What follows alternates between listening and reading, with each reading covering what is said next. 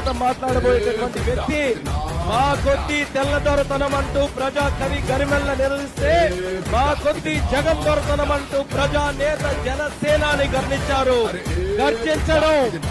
గర్జించడం సింహో నైజం, వేటాడడం సింహో లక్షణం.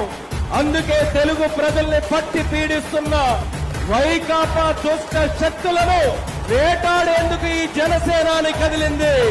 ఒక బిందువుగా, ఒక చుక్కగా చేరి సంద్రంగా మారింది. పోరాట బావుట ఎగరవేసింది.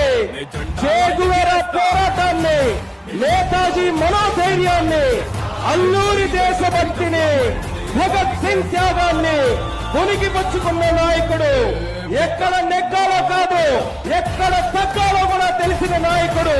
ప్రజల కోసం, తన సిద్ధాంతం కోసం ఎంతటి త్యాగానికైనా, ఎంతటికి పోరాటానికైనా